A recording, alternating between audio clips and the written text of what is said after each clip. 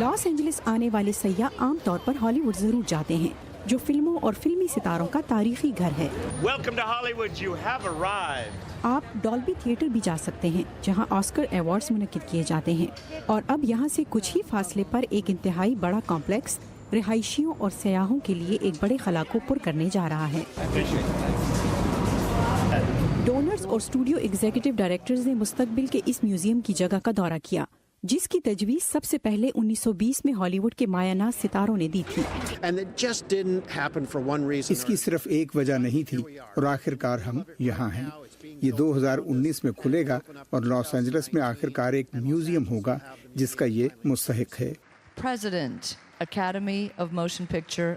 اس $388 million والے complex میں 1000 سیٹوں والا تھیٹر ہوگا اور فلموں میں کیے جانے والے میک اپ سے لے کر تبدیل ہوتی سینما کی ٹیکنالوجی والے موضوعات پر نمائشیں پیش کی جائیں گی۔ یہ ایک سفر کی طرح ہوگا جس سے آپ کو محسوس ہوگا کہ آپ ماضی میں چلے گئے ہیں اور آپ ایک ایسے دور میں ہیں جسے آپ حقیقی طور پر دیکھ رہے ہیں۔ یہ میوزیم سیاحوں کے لیے ایک خلا کو پر کرے گا۔ میرے خیال میں سیاح اس تلاش میں ہوتے ہیں کہ وہ فلم میکنگ کے لیے مقبول اس شہر کا تجربہ کیسے کریں۔ اب ان کے پاس جگہ ہو، اور یہ شہر کی مثالی فلم انڈسٹری کو اجاگر کرتے ہوئے اس سے وابستہ سب کی ضروریات کو پورا کرے گا۔ مائک اوسولیون کی رپورٹ کے ساتھ نیلوفر مغل، اردو VOA۔